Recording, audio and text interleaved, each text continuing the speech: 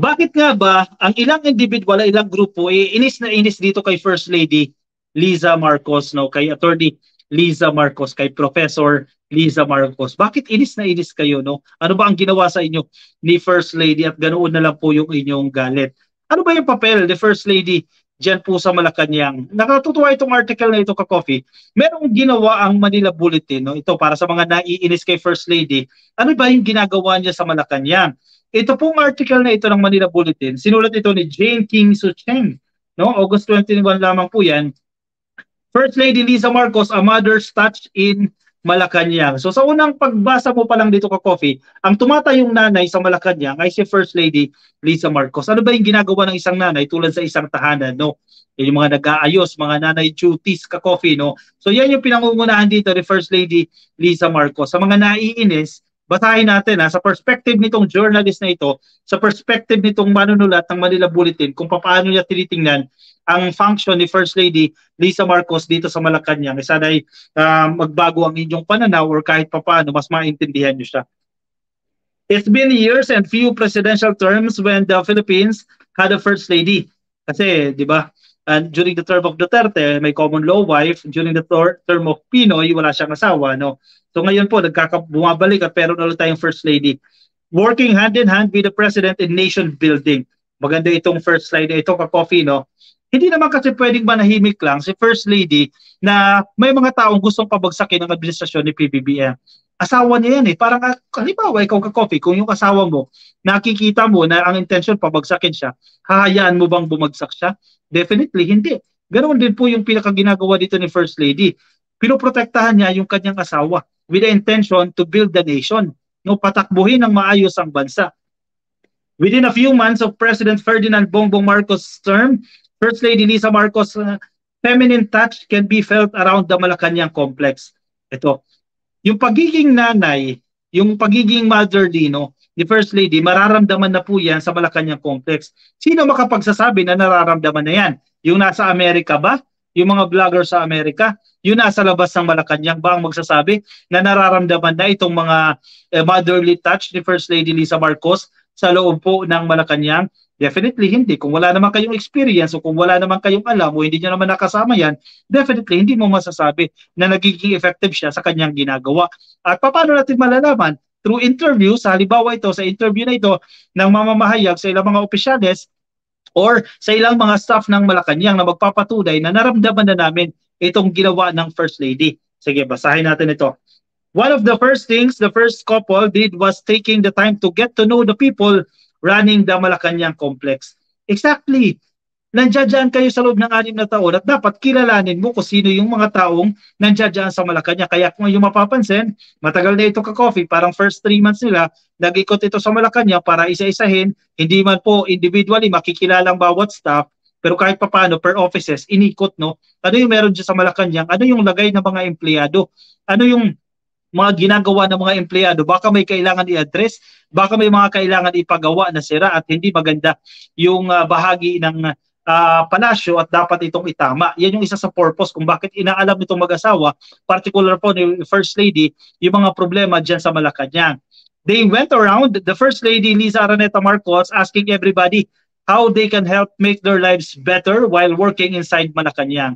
Shares Deputy Social Secretary Dina Tantoco.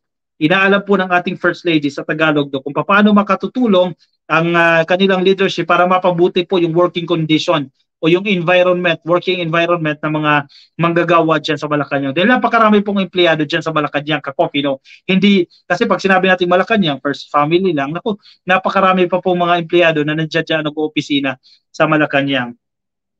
Like any woman of the house, the First Lady who is celebrating her birthday today, August 21, kahapon ito, happy birthday sa ating First Lady, took on the responsibility of making sure that they provide good working condition to the staff. O di ba? Kumbaga, maayos na boss, bigyan mo ng maayos na kondisyon ang iyong mga tauhan, ang iyong mga staff dahil kasama mo yan sa team, which in turn would affect the team's morale and productivity. O yan, napansin ng ating First Lady yan. For her, this is a way of contributing to the nation. I am sure she is aware of the criticism. Siyempre, yung mga paninira sa kanya, yung mga puna sa kanya, but she just focuses on the work. She's a positive person and looks for the best solution. I'm sure she wants to put a lady's touch, a mother's touch to the palace as it is the showcase of the nation, adds Dinang. Ganda nitong article na ito, Ka-Coffee. Kailangan ng mother's touch, Ka-Coffee. Pagandahin ng Malacanang. Ano gusto niyo sa Malacanang? Dugyot? Hindi ipaayos yung mga sleeping quarters ng mga manggagawa dyan, ng mga presidential security guards o ng PSG. Hayaan na nanlulumahid ang Malacanang. Definitely hindi. Yan ang humaharap eh. May mga courtesy call ang mga foreign leaders dyan magpupunta at dapat maganda ang lagay, maganda ang itsura ng palasyo, no? Kasi yung iba pinupunan nila, bakit na-renovate yan? Bakit bumili ng ganito? Bakit ganyan ang ginawa diyan sa pwesto na yan? Malamang Malacanang yan. Yung ibang bansa nga, Ka-Coffee, hindi nga yung palasyo nila pero napakaganda ng kanilang mga tanggapan. Common yan. A lot of staff members requested for meals, so the First Lady decided that meals, breakfast, lunch, and snacks, including coffee. O diba? Ang sarap. Kaya masarap magtrabaho. Sana all.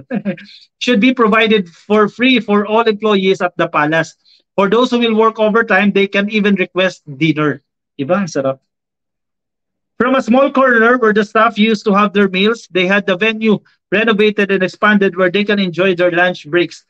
The eating area is now a welcoming place. So tingnan mo, Ka-Coffee. Ito noon, kung mapapansin mo, yan o, may may breaker pa yan, Ka-Coffee, no, during the time of COVID-19 pandemic kasi, no, para hindi magkakalat ng virus, hinati-hati pa yan, no. Tingnan mo naman ang itsura niya noon. At ngayon, ito na po yan, nirenovate na po yung kainan ng mga manggagawa. Siyempre, tama, magkakaroon ng moral yung mga manggagawa at parang mas magiging productive na, Ka-Coffee ang mga manggagawa ng Malacanang. Ito naman ang lagay ng kanilang sleeping quarters. So sige, tingnan mo, Ka-Coffee, no? Tingnan mo yung sleeping quarters na yan. Hindi siya ganyan kakomportable para sa mga tauhan ng Malacanang. Ngayon, better na po yan. Kung titingnan mo yan, mas malinis, mas maliwanag, may mga bagong sopa, may mga bagong lamesa. Again, Malacanang kasi yan.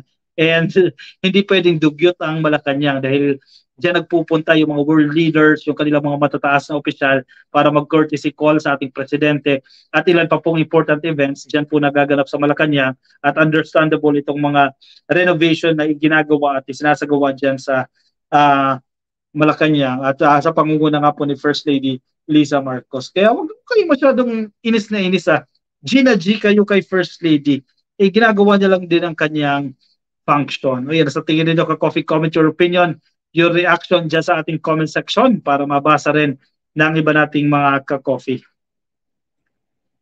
Shai Brands, kaya lang naman tumataas ang presyo ng bigas dahil hindi na lang 4 piece ang nabibigyan ng ayuda. Siyempre maraming bumibili, kinakapos ng supply. Pasalamat kayo at may mga kadiwa ng Pangulo sa inyong lugar at dyan dinala ang murang bigas kaya kinakapos ang supply para kayong andidit bababa rin yan. At pag bumaba ang presyo, sisisihin nyo na naman si PBBM, puro lugi ang lahat na lang sinisi mo sa presidente or lahat na lang inasa mo sa presidente o sa gobyerno. Hindi naman ganyan. Yung iba tama, nabasa nga natin na isang araw pag may pambili ng alak, pambili ng Red Horse, magkano ang isang bote? Isang litro, no? 120. Pero pag pambili ng bigas, magre-reklamo. Diba? I-prioritize natin. Baka kinakailangan stop muna natin yung milk tea dahil bumababa yung ating kita at pataas ang presyo ng bilihin. We must learn to sacrifice yung mga bagay na less important. Importante naman lahat yan, pero tansyahin nyo rin kung ano yung importante. No? Yung muna ang bigyan natin ng prioridad. Or kung mababa ang income, kung mayroon tayong pagkakataon na magkaroon ng other source of income, yun ang ating tahakin para ma-address natin o makasabay tayo sa pagtaas ng presyo ng mga bilihin. Sige, paniwala pa rin kayo sa budol na yan. Sige, kawawa pa rin yung dyan. Teka na, ulit ito, Isra. Marty, bye, Ka-Coffee. Mga kontra sa gobyerno, halos lahat ng mga tumutulig sa gobyerno. Teka, parang nauulit yung messages. No? Inis Kasi, good evening po sa inyo. Jinsky, Dora, yung mga nainis kay FL, yung mga tao na sobra ang inggit sa katawan. Correct, MJGM, hello po sa inyo. Edgar Badbadon, hello po, Lord sa Idol Ka-Coffee. Magandang gabi po at magandang gabi po sa lahat ng ating mga kapwa Ka-Coffee watching live from Kalinog, dyan po sa Iloilo, sa Western Visayas. Wow, may puso. Happy viewing po sa inyo, Sir Edgar, dyan po sa Iloilo. Napakaganda ng Iloilo. Alright, shoutout po sa lahat na nakikinig sa atin except sa mga bitter. Hanggang ngayon, Ka-Coffee, bitter pa rin. Move on, Ka-Coffee, no? At be nice sa iba, no? Hindi parang puro negative na lang ang nasa isip. Anyway, sige. Ka-coffee ko, hindi ka pa naka-like o di ka pa naka-follow sa ating Facebook page ng Ka-coffee, click lang po yung like or follow. Walang bayad yan. Nasa YouTube po kayo, i-click nyo lang po yung subscribe. Free po yan. Sa mga nakikinig sa atin sa Facebook, kay Dennis Capulong, hello po sa inyo. Kay Yolanda Flojo, kay Vilma Doroteo de Pedro, happy viewing po sa inyo. Samantala Ka-coffee, available na po yung ating mga Ka-coffee merchandise. Kung interested po kayo dito sa klase na ito, Good Morning Ka-coffee shirt natin, personalized po yung likod. Ilagay nyo po yung inyong pangalan. It comes in white and black. I-message lang ako Ka-coffee kung kayo po ay interested. Message lang po sa Ka-coffee or Ka-coffee break at magre-reply po tayo dyan. Alright, paalam muna sa inyo Ka-coffee. Maulan pa rin po. Ingat po kayo. At sa mga Ka-coffee natin sa ibang bansa, yung mga binabagyo dyan sa Las Vegas, dyan po sa Estados Unidos, ingat po kayo. Doble ingat po kayo Ka-coffee. Ingat po kayo. Nasaan man po kayong panig ng daigdig. Ma'am Teresita Clemente Sambile, shoutout po sa inyo. Paalam po sa inyo. Ingat. Bye-bye.